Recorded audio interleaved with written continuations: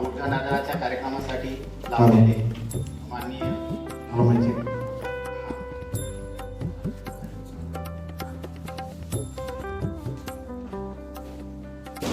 Law कॉलेजचे माननीय प्राचार्य तसेच NTVS कॉलेजचे प्राचार्य आदरणीय महेंद्र रघुवंशी सर आणि सहकारी त्यांचे रघुवंशी सर आणि सन्माननीय व्यासपीठावर सर्व उपस्थित असलेले मान्यवर आणि सर्व बसलेले विद्यार्थी मित्रांनो, त्यामध्ये लॉ कॉलेजचे पण विद्यार्थी आहेत आणि वेगवेगळ्या जिल्ह्यातून आलेले आहेत. म्हणजे आपलं धुळे असेल, नंदुरबार असेल, जळगावचे पण आहेत का? नाही, धुळे आणि नंदुरबारचे. तर आपण उद्योजकता विषयी बोलणार आहोत आणि त्यामध्ये चर्चा करताना आपण 2-3 गोष्टींवर बोलणार आहोत आणि बऱ्याचशा गोष्टी जे उद्योजकता आपली कशी निर्माण होते आणि त्याच्यावर काय आपण विचार मंथन करणार आहे, आपल्या परिसरात नेमकं काय आहे आणि आपल्याला काय करता येईल. तर आपण सर्वजण आलेलो आहेत, आपण आता वेगवेगळ्या परिसरात आलेलो आहे. आपण बघतोय की आपण धुळ्यातून आलेलो आहे, काही तोंडाच्यातून आलेलो आहे, काही शहरातून आलेले आहेत. तर आपल्याला नेमकं उद्योजकतेविषयी आपली मानसिकता कशी आहे, आपण काय विचार करतोय, हे खूप महत्वाचं आहे. जोपर्यंत आपली मानसिकता बदलत नाही तोपर्यंत आपण याच्यातून बाहेर पडणार नाही. जसं महेंद्र रघुवंशी सरांनी सांगितलं की नोकऱ्या सर्वांना नाही आहे, ही गरज आपल्याला ओळखावी लागेल. आपण नोकरी मागणारे नाही तर नोकरी देणारे बनायला पाहिजे असं मला वाटतं. आणि हे जर आपण केलं तर नक्कीच आपला परिसर हा सुजलाम होण्याशिवाय राहणार नाही. म्हणून आम्ही खाली येतो, कारण की याच्यामध्ये बोलायला मी ॲज अ ट्रेनर म्हणून काम करतो आणि इथं जर उभं राहिलं तर असं अवघडल्यासारखं वाटतं. तर खाली जर आलो तर मला सुसंवाद साधायला थोडंसं चांगलं होईल. ठीक आहे. नमस्कार. नमस्कार. जागे नाश्ता झालाय सर्वांचा? बरं. काय नाश्ता केलाय? कचोरी छान होती. चहा घेतला की नाही? चला, आपण आपल्या परिसरातले आहोत आणि आपण उद्योजकतेची मानसिकता आणि उद्योजक म्हणून मला जर डेव्हलप व्हायचं असेल तर मला काय करता येईल. आपण आपल्या परिसरामध्ये जेव्हा आपण उद्योजक म्हणून जाणार आहे किंवा आपण एखाद्या बिझनेसचा आपण विचार करणार आहे, तर ते छोटंसं किराणा दुकान असेल, पान शॉप असेल, चहाची दुकान असेल, तर नेमकं मला काय करावं लागेल हे आपल्याला अगोदर माहिती असायला पाहिजे. मग मला काय करता येईल, माझ्या परिसरामध्ये मला सर्वे करायचा असेल तर मला काय करता येईल. त्याच्यामध्ये मला माझ्या परिसरामध्ये फिरावं लागेल. फिरायची तयारी आहे का सर्वांची? नक्कीच फिरणार. काय करावं लागेल? सुरुवातीला सर्वे करावा लागेल. सर्वे कशाचे करणार आहेत? आपण जो उद्योग व्यवसाय करणार आहे तो आपल्या परिसरामध्ये चालणार आहे का नाही याचा आपल्याला सराव करावा लागेल. म्हणजे बघावं लागेल की आपल्याकडे कोणकोणते उद्योग आहेत. आता तुम्ही जर इकडनं तोंडाच्या बाहेर शाळेकडनं आले असणार तर आपल्याकडे कारखाने पण आहेत. काय कोणकोणते कारखाने? टार फॅक्टरी तोंडायच्याला, अजून शहाद्याला सुगिरणी, अजून तोंडाच्याला टार फॅक्टरी बघितली कधी? काय काय बनतं?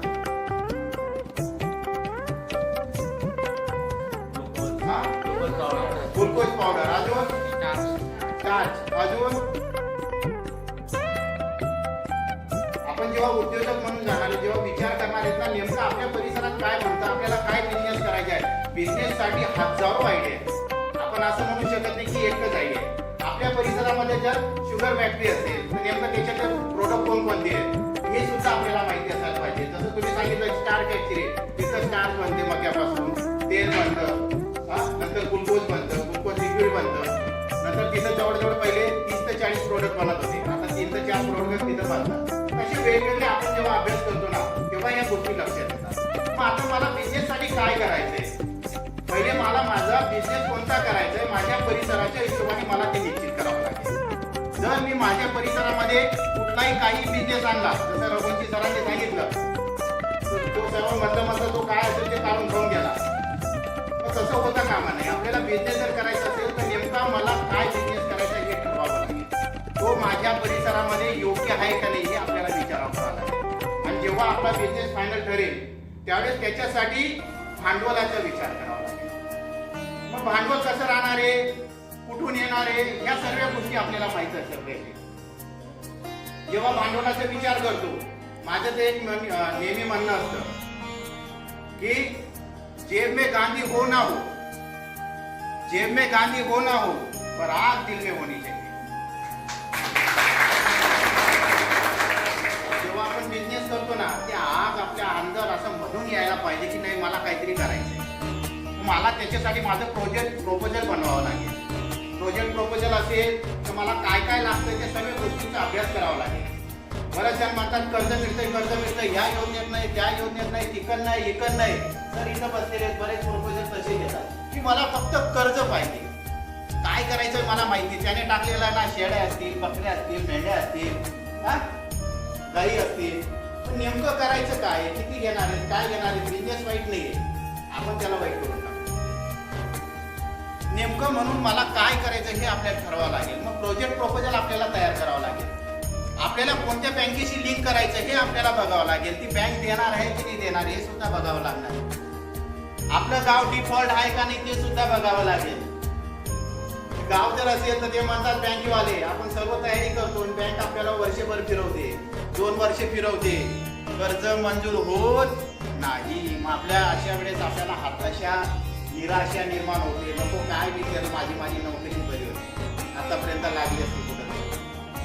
निराशा निर्माण, या सर्व गोष्टींवर आपल्याला मात करावी लागणार आहे. या सर्व गोष्टी जेव्हा आपण बघणार आहे की मला माझा उद्योग व्यवसाय उभा करायचा आहे, उद्योगाची नवनव शिखरांत आपल्याला पादाक्रांत करायची आहे, ती बघायचीच आपल्याला. मग आपल्याला घरी बसून सुद्धा उद्योग करता येणार आहे. मग आता उद्योगाची तुम्ही जर बघितलं असेल, सर्वजण अँड्रॉइड मोबाईल वापरतात, सर्वजण आपल्याला सर्व नॉलेजेबल आहे. आपण बघितलं असेल त्याच्यामध्ये तर नवीन उद्योग कोणकोणते आहेत, मला काय करता येईल घरी बसून. छोटे छोटे उद्योग आहेत, आपण विचार पण नाही करू शकत की एवढे उद्योग आहेत की आपण इथून बसून करू शकतो. बरेचसे उद्योग आहेत असे. आपण आपल्या मोबाईलवर जर बघितलं असेल की मला काय करता येईल, आता स्टेटस ठेवतात प्रत्येक जण, ते स्टेटस सुद्धा कोणीतरी तयार करून देतात. काही कॉलेजची मुलं स्टेटस तयार करून देतात आणि त्याच्यातनं एक स्टेटस तयार करून दिलं तर 100 रुपये अर्निंग सुरू होऊन जाते. काही जण लॅपटॉप कॉम्प्युटर घेऊन बसलेले, प्रोफेशनल करायला लागलेले. आपल्या नंदुरबारमध्ये सुद्धा बिझनेस शिकता काम चालू आहे. आयडिया डेव्हलप होऊन जातात, करता येतात. छोटे छोटे व्हिडिओ बनवून देतात, करता येतात, सर्व करता येतात. मग हे नवीन आपल्याला ते सर्व शिकून घ्यावं लागणार की काय चालणार आहे, कसं चालणार आहे. हे छोटे छोटे उद्योग आपल्याला खूप मोठं बनवू शकतात. आपलं ध्येय जर मोठं असेल तर आपण नक्कीच मोठे होऊ शकतो. मग आपल्याला ते निश्चित करावं लागणार आहे. त्याला काही पैसा लागतोय का, कुठल्या बँकेमागे फिरावं लागलं का, कुठलं प्रपोजल तयार करावं लागलं का. फक्त एक अँड्रॉइड मोबाईल असेल तर कॉम्प्युटरसाठी त्याला नॉलेज पाहिजे, फक्त मोबाईलमध्ये काय करायचं. छोटासा उद्योग व्यवसाय खूप मोठं घेऊन जाऊ शकतो. जशी गुगलची सुरुवात आहे, चार्ल्स त्यांनी केली होती. ते एका गॅरेज मधनं सुरुवात झाली होती गुगलची. आजूबाजूला सर्व गॅरेज होते आणि त्यांनी जेव्हा सुरुवात केली तेव्हा त्यांना लोकांनी वेड्याच्या गर्दीत घाललं. अरे इथं सर्व गॅरेज येते, तू काय केलंय. आज गुगल बघा, तुम्ही सर्व जगाला नियंत्रित करताय. असे बरेचसे उद्योग आहेत. तुम्ही धीरूभाई अंबानींचं उदाहरण बघितलं असेल. आपण काय करत होते ते बरेच जणांनी बघितलं. ऐकलंय उदाहरण, ओळखतात का धीरूभाई अंबानींना. पेट्रोल पंप प्रत्येकाकडे आहे का भाजीवाले, खिशात मोबाईल आहे ना, जिओचे कार्ड आहे ना, मग तेच येते.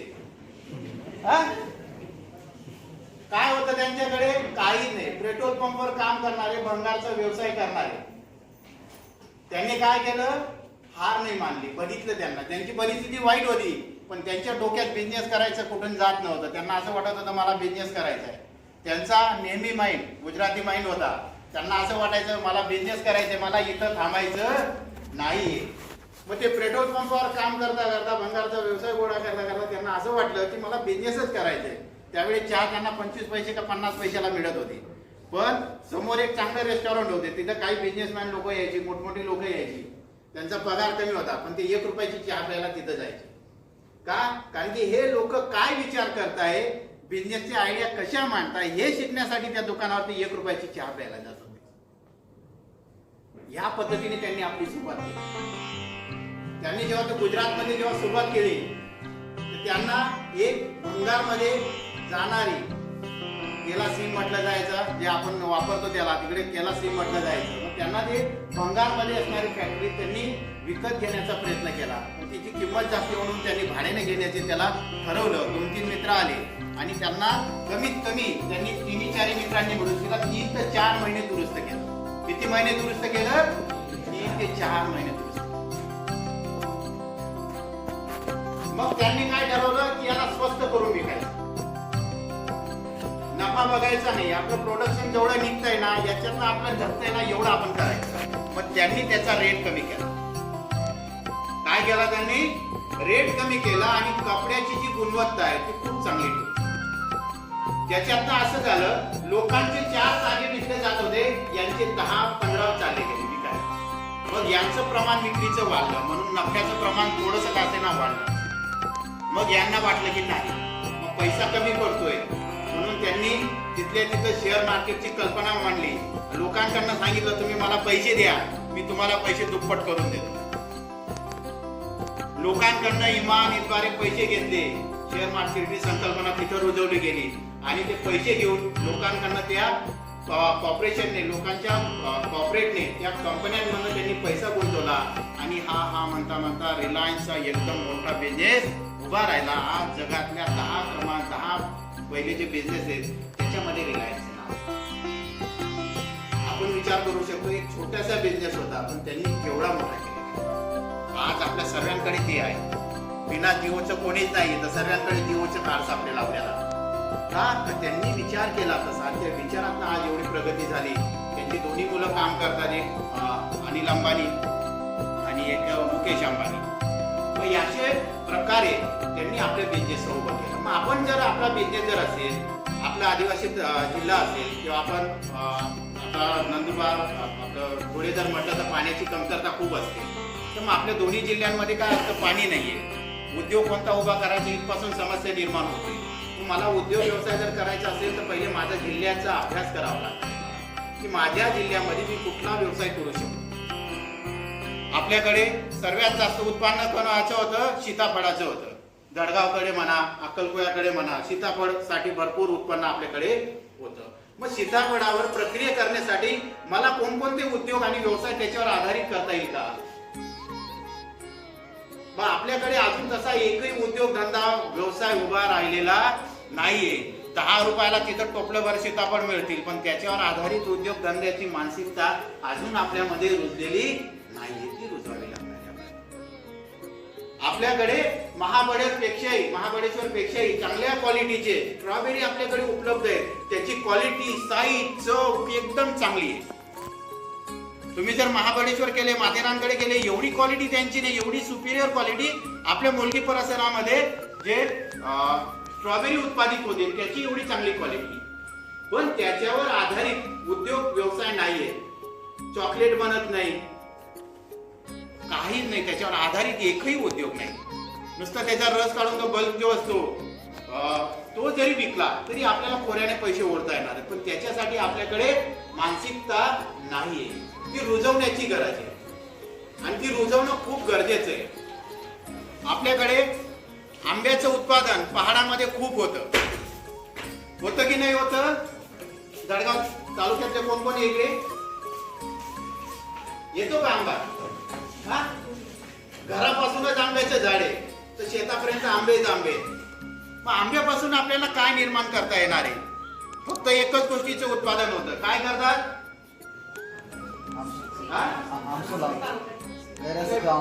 काय करतात? फक्त आमसूल करतात. तो परंपरागत व्यवसाय. आमसूल व्यतिरिक्त दुसरं काही नाही. त्याच्यामध्ये बी क्वालिटी बघितली जाते. पांढरं शुभ्र असेल तर पैसा जास्त, थोडंसं काळवलं असेल तर पैसा कमी, आणि जास्तच काळ असेल तर मग एकदम कमी भावामध्ये तो विकून होऊन जातो. आणि ते घ्यायला कोण येतं? कंपनी आहे का? महाराष्ट्रातला एक पण सापडणार नाही व्यापारी.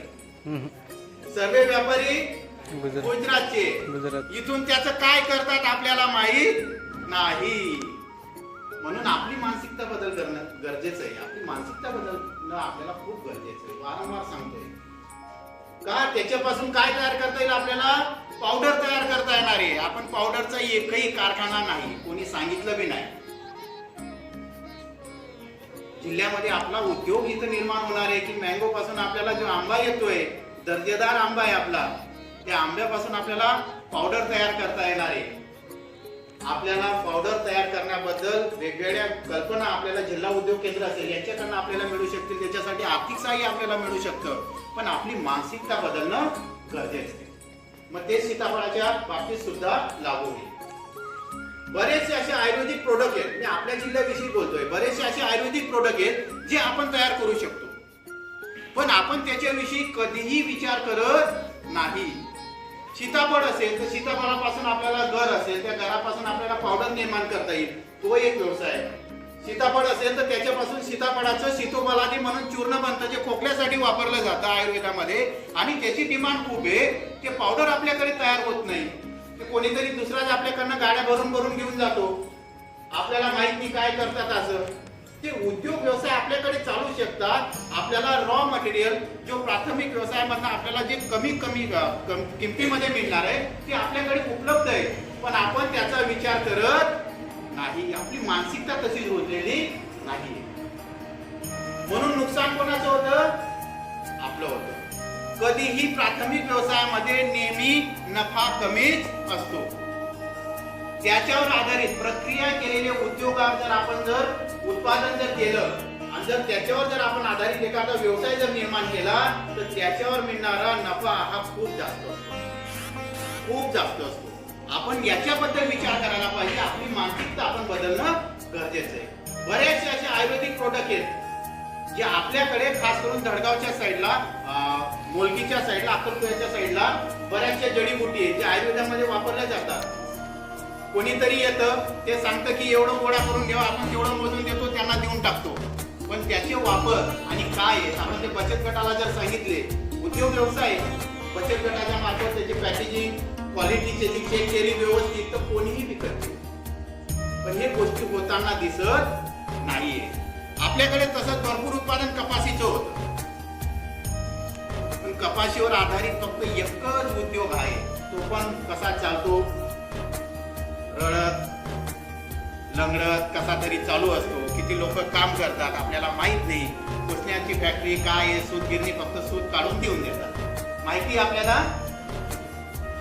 पण कापूस आपल्याकडे भरपूर उत्पन्न होतं. आपण म्हणतो पांढरं सोनं आहे, फक्त म्हणायला पांढरं सोनं आहे, प्रत्यक्षात सोनं आपल्या हातात आहे का? व्यापाऱ्याला दान देऊन टाकलेलं आहे.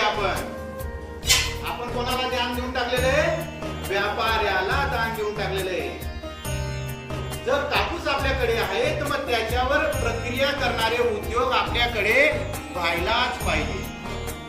उद्योग म्हणत नाही मी की शेतकऱ्यांनीच करायला पाहिजे. शेतकऱ्यांचा गट तयार करा, गटाला जास्त आर्थिक सहाय्य मिळतं, त्याचं मार्गदर्शन आपल्याला इथं आपल्या जिल्हा उद्योग केंद्रातून मिळू शकतं. गटामध्ये जास्त फायदा आहे. गटातनं आपण जर शेतीवर आधारित जर कपाशीचा उद्योग असेल तर आपल्याला काय करावं लागेल? त्याच्यापासून धागा बनवता येईल का? आणि बघा किती सोपे उदाहरण देऊन आणि आपल्या दैनंदिन जीवनातले उदाहरण देऊन आपल्याला business, how to start business and how the business should be successful हे केस स्टडीच्या द्वारे आपल्याला समजून सांगितलेलं आहे. जसं उदाहरणार्थ त्यांनी अमूल ब्रँडचं सांगितलं की कसा ब्रँड झालेला आहे अमूल. आणि एक खूप महत्वाची गोष्ट त्यांनी सांगितलेली आहे की बस दिल में आग होनी चाहिए, कुछ कर गुजरने की तमन्ना होनी चाहिए. गाइस आपने भी सुना होगा, मंजिल उन्हीं को मिलती है जिनके सपनों में जान होती है, मंजिल उन्हीं को मिलती है जिनके सपनों में जान होती है. पंखों से कुछ नहीं होता, हौसलों में उड़ान होती है. पंखों से कुछ नहीं होता, हौसलों में उड़ान होती है. म्हणून अब्दुल कलाम पण सांगत होते की ऑलवेज ड्रीम हाय, मोठे स्वप्न पहा तुम्ही आणि स्वप्न मोठे पहा जेणेकरून तुम्ही ते अचीव करू शकणार. छोटे स्वप्न नका पहा, कारण लाईफ मध्ये जेव्हा आपण मोठे स्वप्न पाहतो आपण त्याच्या मागे धावतो आणि ते अचीव करतो. एव्हरी पर्सन जो सक्सेसफुल होतो, everyone has a success story, पण ते आपल्यापैकीच आहे. जसं सरांनी अमूलचं एक उदाहरण सांगितलं, एक उदाहरण मी तुम्हाला सांगते. जसं फॉर एक्झाम्पल आता लिज्जत पापड आहे, आपण कुठं पण बाजारात गेलं की पापडच घेतो. आपण म्हणतो पापड म्हणजे काय, लाटबाई लाट पापडच लाट, बरोबर आहे ना? काय पडलंय त्या पापड मध्ये? पण तरी आपण पाहतो की लिज्जत ब्रँड हा टॉप मोस्ट ब्रँड आहे. 1960 मध्ये जगनाबाईंनी हे साऊथ मुंबईला स्टार्ट केलेलं होतं. 7 महिलांनी मिळून हा प्रयोग, छोटे छोटे पापडाचे पॅकेट करून विकायचं. आणि आज 160 कंट्री मध्ये तो पापड जातो, 160 देशात लिज्जत जातो. मग त्या महिलांनी जर असं विचार केला असता की आपलं पापड कोण घेणार, कसं होणार, घरचे आणखीन म्हणणार काय लाटू लाटू नुसती विकू राहिली, काय 1 रुपया नाही आणते, दिवसभर सेल्समॅन चालली बाहेर. पण हौसले बुलंद ते. त्यांना माहित होतं की आज मी डोर टू डोर जाते, उद्या कस्टमर मला शोधत येईल. आणि बघा आज आपण खरंच कुठं रॅकवर पाहतो तर पहिले लिज्जत पापडचाच पॅकेट उचलतो, आहे की नाही. म्हणून महिला असो की जेंट्स, स्ट्रॉंग विल पॉवर पाहिजे आपल्याला, तर आपण पण एक मिरॅकल घडू शकतो. नाही सामान्य लोकच आहे ज्यांनी मिरॅकल घडवलं. जास्ती लांब का जातात तर बघा हे टफवेअरचं बिझनेस सुरू केलं. पहिले आपण समजा काचेचं म्हणजे काचेचं युटेन्सिल्स त्याच्यात वापरत होतो, मातीचे युटेन्सिल्स वापरत होतो. मग मध्येच प्लास्टिक टफवेअर आलं. कोण घेणार असं विचार केलं. पण आता बघा इव्हन जेवणाचं हॉटेलमध्ये पॅकिंग ते त्याच्यातच करून देतात की नाही. किती मोठा ब्रँड बनला आता टफवेअर. तर कुठे ना कुठे हे start risk, greater the risk greater the profit. You have to start somewhere. आणि शेवटी रिस्क शिवाय काय, आपलं एज्युकेशन पण रिस्कच आहे ना. आपण शिकतो, जॉब लागते की नाही लागत, लागू बी शकते नाही बी लागू शकत, रिस्कच आहे की नाहीये. तर रिस्क आपण पत्करतोच ना ऍडमिशन घेऊन. तसं बिझनेस आहे, यू हॅव टू स्टार्ट. आता लोक म्हणतात चहावाल्याने काय होणार, किती पैसे कमावणार. तर आपल्याच महाराष्ट्रासाठी गौरवाची बाब आहे की बिल गेट सारख्या व्यक्तीने आपलं नागपूरमध्ये येऊन डॉली चहावाल्याचा चहा घेतला. सो विथ दिस एक्झाम्पल्स आता रिसे सर आलेले आहे. तर सगळ्यात पहिले मी रिसे सरांचं खूप खूप स्वागत करते. आणि जस्ट 1 मिनिट गाईस, सत्कारसाठी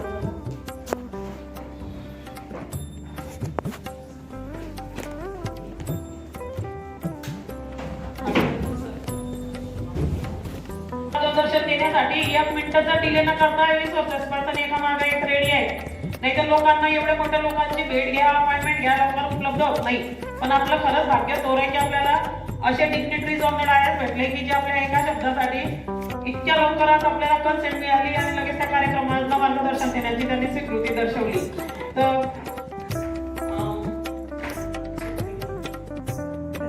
आता मी तेच सरांना विनंती करते की त्यांनी रिसे सरांचा सत्कार करायचा.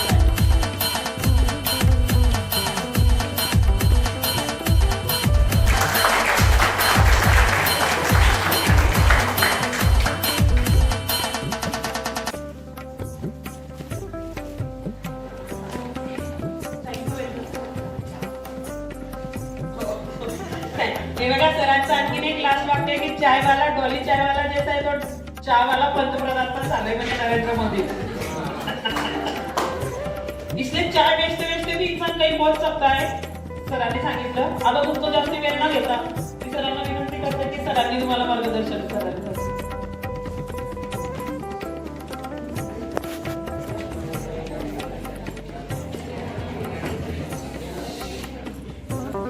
नमस्कार.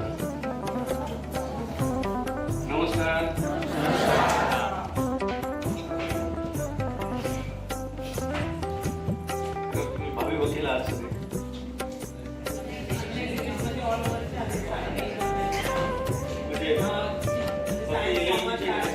म्हणून उलट चांगले लॉ कॉलेजला असल्यामुळे मी हे केलं. काय बोलायला अजून काय प्रॉब्लेम नाही. वकिलांसमोर बोलणं म्हणजे फार आवडतं. व्यासपीठावर गेलं सर्व मान्यवर मित्रमैत्रिणी व्याख्यान म्हणजे मला काल लेटर मिळालं सरांचं की व्याख्यानासाठी बोलवलं. भविष्यातील रोजगार व्यवसाय संधी याच्याबद्दल व्याख्यान आहे, त्याबद्दल तुम्ही गायडन्स करा. म्हणजे आधी डोक्यात आलं की लॉ कॉलेजला जायचं, लॉ कॉलेजला आपण काय सांगणार पुढं की भविष्यात तुम्ही काय करा काय करू नका. सगळं त्यांना माहिती, प्रोफेशनल जे असतात त्यांना माहिती असतं की आपल्याला पुढं काय करायचं काय नाही करायचं. आपण लॉलाच त्याच्यासाठी जातो. मॅक्सिमम 90% त्याच्या डोक्यात असतं की आपल्याला वकील व्हायचं, ॲडव्होकेट व्हायचं, पुढं पुढं आता आपले सगळे झाले आता मजा येईल थोडीफार. रोजगार आणि स्वयंरोजगार किंवा आपण त्याला म्हणतो व्यवसाय. हे ठीक आहे की आपल्याला काय करायचं ते आपण ठरवलं. 90% लोक आपल्याला आपली जडणघडणच तशी घडलेली आहे भारतामध्ये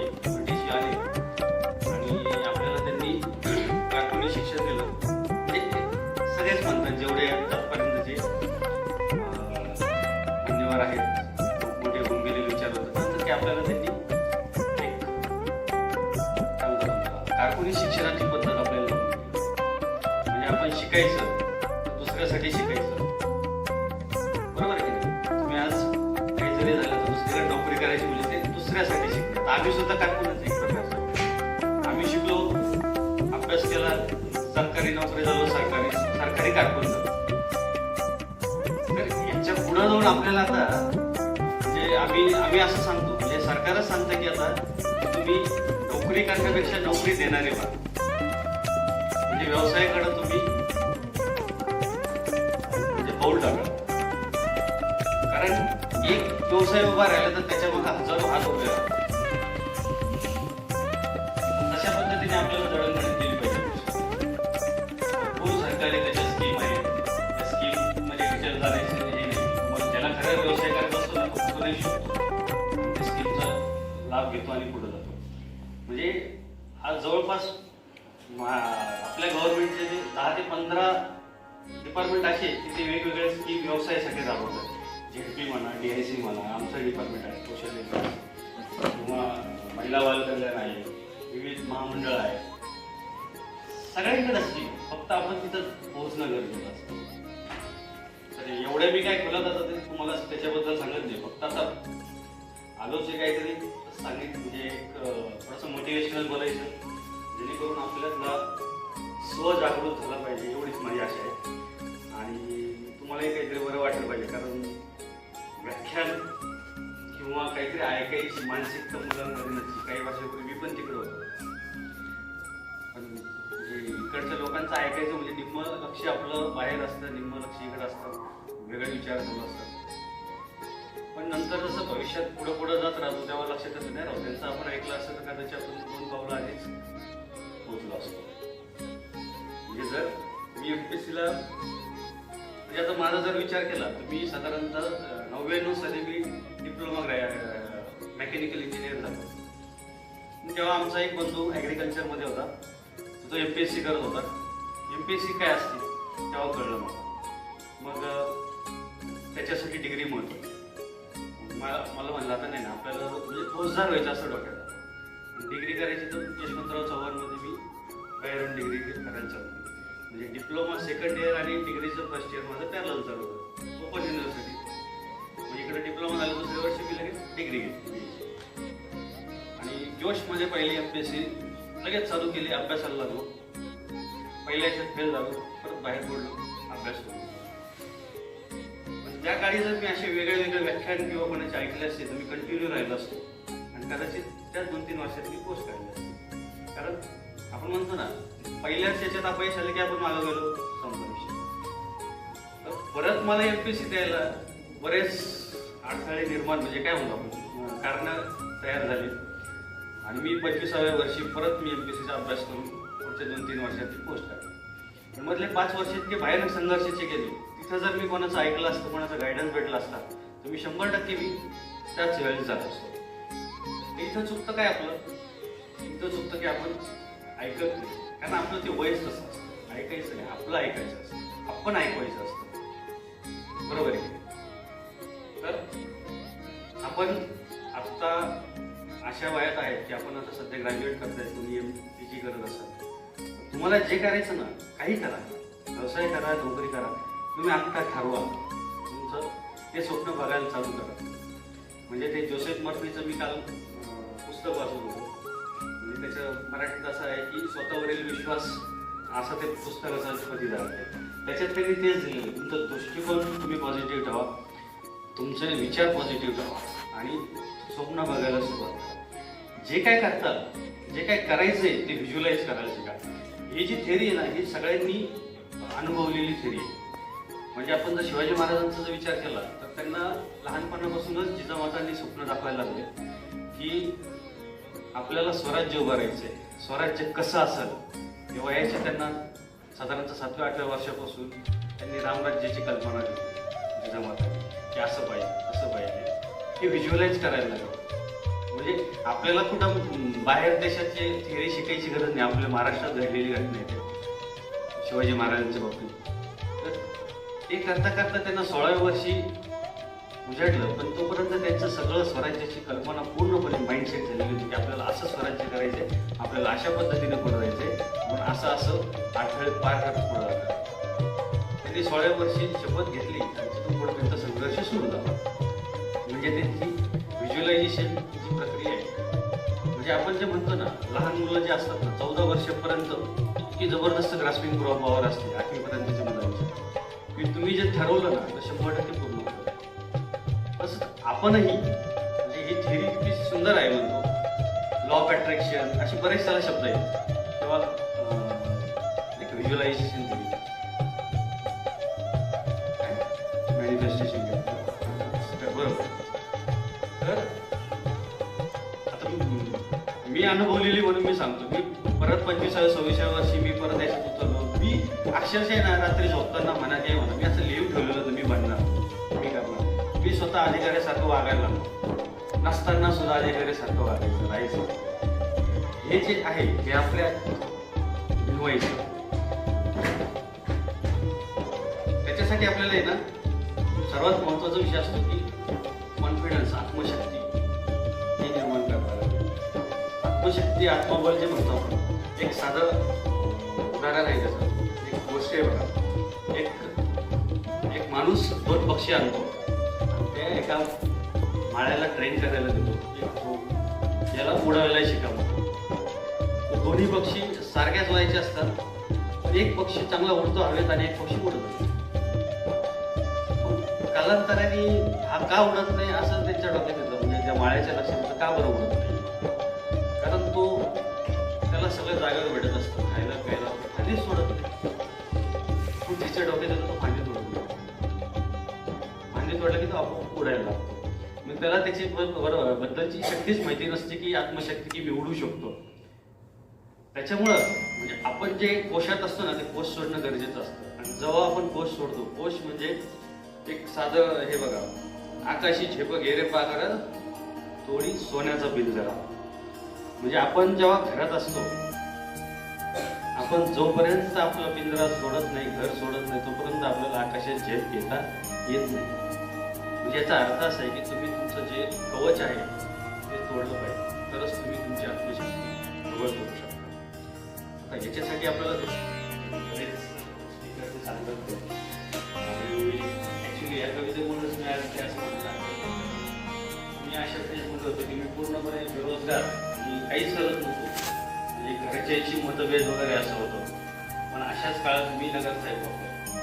मी मोबाईलचं दुकान चालवायचो 2003 जेव्हा मोबाईल जास्त तरी पण मी आपलं परीक्षा आपल्या वरच्यावर देत होतो. पण त्यावेळेस आमच्या नगरमध्ये एक IPS अधिकारी आहे, नांगरे पाटील, विश्वास नांगरे, त्यांचं पुस्तक पण पण ही कविता दिली. ॲक्च्युली मी त्यांना भेटलो, त्यांचं 1-2 भाषणं ऐकली, तिथून पुढं माझ्या हातात कलाकृती मिळाली. मी तुम्हाला म्हणलं मी लेट केलं ऐकायचं, त्याच्यामुळे म्हणतो हिंमत करणे वालो ती कधी हार नाही कविता आहे. तुम्ही सगळ्यांनी तुमच्या मनात भरून ठेवायची आणि तुमच्या म्हणजे पुस्तकात वगैरे तुमच्या याच्यात लावून ठेवा. लहरों से डर करके नौका पार नहीं होती, कोशिश करने वालों की कभी हार नहीं होती. नन्ही चीटी जब दाना लेकर चलती है, चढ़ती दीवारों पर 100 बार फिसलती है. मन का विश्वास रगों में साहस भरता है, चढ़कर गिरना, गिरकर चढ़ना न आखिरकार. आखिर उसकी मेहनत बेकार नहीं होती, कोशिश करने वालों की कभी हार नहीं होती. क्या सिंधु में गोताखार लगाता है, जा जाकर खाली हाथ जोड़कर आता है. मिलते नहीं सहज मोती गहरे पानी में, बढ़ता डूबना उत्साह इसी हैरानी में. मुट्ठी उसकी खाली हर बार नहीं होती, कोशिश करने वालों की कभी हार नहीं. असफलता एक चुनौती है, इसे स्वीकार करो, क्या कमी रह गई देखो, सुधार करो. जब तक ना सफल हो नींद चैन की ताकत तुम, संघर्ष का मैदान छोड़कर मत भागो तुम. कुछ किए बिना जयकार नहीं होती, कोशिश करने वालों की हार.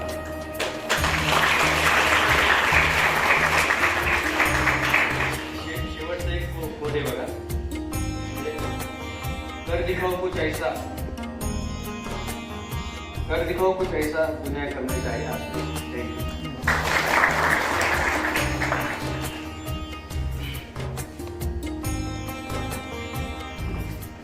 Thank you Risu sir for your so valuable guidance. सरांनी बघा लोक नुसतं सांगतात, पण सरांनी त्यांचाच अनुभव सांगितलेला आहे की कसं एक मोबाईल दुकान चालून असते या पदापर्यंत पोहोचलेले. म्हणजे आपण लोकांना फक्त व्याख्यान देतो, पण त्यांनी त्यांचं लाईफचं केस स्टडी आपल्या पुढे असं मन मोकळेपणाने मांडलंय. म्हणजे आपण जे विचार करतो की काय बोलणं सोपं आहे, पण जो करतो त्याला माहिती आहे. तर आपण सरांच्या उदाहरणामधूनच पाहतो की एक मोबाईल दुकान पासून तर the journey he has travelled. आणि हे सगळं का झालं? Because of the determination, patience, dedication and devotion. तर आपण पण जर विचार केला तर we can also achieve anything. Sky is the limit guys. आपने तो गाना सुना होगा ना, जिंदगी की यही रीत है, हार के बाद ही जीत है. सगळ्यांनी ऐकलंय ना? रिअल फॅक्ट आहे. आता बघा 12th फेल का पिक्चर आहे ना आता सध्या आलेला, रिअल लाईफ स्टोरीचा पिक्चर आहे तो. किती लोकांनी पाहिला असेल ना तो पिक्चर? मग असं जर आपण गिव्ह अप केलं असतं तर कदाचित तो पिक्चर बनला नसता. म्हणून अशा अनेक उदाहरण इतिहासमध्ये आहे जर आपण इतिहासात पाहिलं तर. आणि ते सगळे लोक आपल्यासारखे सामान्यच होते. कोणी एक्स्ट्राऑर्डिनरी बिंग्स घेऊन दुनियेत येत नाही. Everyone learns. आणि आमचा वकील व्यवसाय तर असं आहे गाईस, म्हणजे मी तुम्हाला फ्री फ्रँक शेअर करते जे बाहेर गावून आले त्यांना. तुम्हाला माहिती आहे का आमच्या लॉचं गणवेश ब्लॅक अँड व्हाईट आहे.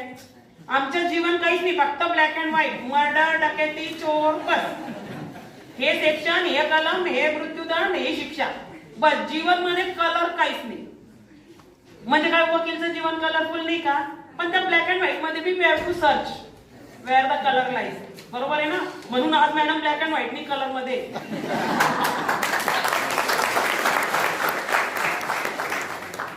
अँगल, दृष्टिकोन, बाकी काहीच नाही. फक्त आपलं वे ऑफ थिंकिंग चेंज करा. बघा एक ग्लास आहे, अर्ध भरलेला आहे. लोकांना दुःख आहे की ते अर्धच भरलेलं आहे, पण काही लोकांना आनंद आहे की ते अर्ध का होईना पण अर्ध तर भरलेलं आहे. How you look, same situation, how you take it is important. म्हणून आम्हाला ऑपॉर्च्युनिटी भेटली नाही, आम्हाला हे भेटलं नाही, ते भेटलं नाही. कोणी कोणाला काही देत नसते. You have to grab the opportunities. Nothing will come. Ivory tower मध्ये बसून आपल्याला सगळं भेटेल असं आपलं सौभाग्य नाही. आपण धीरूभाई अंबानीच्या घरी काय जन्माला आलेलो नाही. बरोबर ना? तर वी हॅव टू स्ट्रगल. आणि आपल्याला विश्व बनवायचंय ना. आपल्या पुढे तर इतकी झाशीची राणी पासून, जिजामातापासून, अहिल्याबाई होळकर पासून, सावित्रीबाई फुले पासून इतके अनेक उदाहरण आहेत की आपण पाहतो की एक व्यक्ती सुद्धा आयुष्य चेंज करू शकतो. आणि कोणती गोष्ट करायला फक्त आयडिया, इनोव्हेशन लागतं. उबर बघा, उबरचे बसेस जातात ना, ओला, उबर, टॅक्सीज, मंत्रा, फ्लिपकार्ट, अमेझॉन. कभी सोचा था क्या 20 साल पहले कि ऐसे भी ऑनलाइन कोई खरीदेगा? हम क्या सोचते थे, अरे जब तक चीज देखी नहीं कैसे क्या ले, खराब निकलेगी, अच्छी नहीं निकलेगी. आणि आता बघा जो तो ऑनलाईन करतो. पेटीएम, कधी आपण विचार केला की आपण ऑनलाईन करू शकलो असतो? पण आपण बघा आता किती टेक्नॉलॉजिकली ऍडव्हान्स झालंय. खेड्यामध्ये इव्हन त्या शेतकऱ्याला बी पेटीएम येतं गाईस. त्याला शिक्षण हे महत्वाचं नाही, प्रॅक्टिस. म्हणून वकील म्हणतात की प्रॅक्टिसच करत राहतो. वयाच्या शेवटपर्यंत तो प्रॅक्टिसच करत राहतो, शिकतच राहतो. म्हणून लगेच इकडे पाहू नका की मॅडम तुम्ही बी अजून शिकताच का. ते प्रॅक्टिसच आहे. प्रत्येकाच्या वकील म्हणल्यावर ज्या धंदा तो प्रॅक्टिसच करत राहतो. तर या सगळ्या उदाहरणांमधून आपण पाहतो की you can change the world if you wish. बरोबर आहे ना? Keep your motivation, keep yourself motivated. कोई किसी को राह नहीं देता गाइस. एक मेरी बात सुनिए, यदि आपके जीवन में बहुत तकलीफ है, तुम्हाला वाटते की मला खूप त्रास आहे, तर फक्त एक रियल छोटासा एक 2 ओळींचं सांगते ना, I will end my speech. देखिए हम बोलते हैं हमारे जीवन में बहुत तकलीफ है सर, भगवान मुझे प्रॉब्लम देता है, भगवान को क्या मैं ही दिखता हूँ क्या प्रॉब्लेम देने के लिए. बरोबर? मग तुम्ही कधी अर्थी जाताना पाहिली का? अर्थीच्या रस्त्यात कोणी येतं का? लोक सरकून जातात. मरे हुए को हर कोई जगह दे देता है, पर जिंदा को कोई देता है क्या? तो यदि मुझे मुसीबतें आ रही इसका मतलब मैं जिंदा हूँ, मेरे में वो आग जिंदा है. इसलिए खुद को स्ट्रॉन्ग कीजिए. Keep yourself strong. So with this keynote, I would like to end this session. I am much thankful to Rishi sir for being a technical resource person for this second session. Thank you for giving valuable time. Thank you Desle sir. Thank you Desai sir.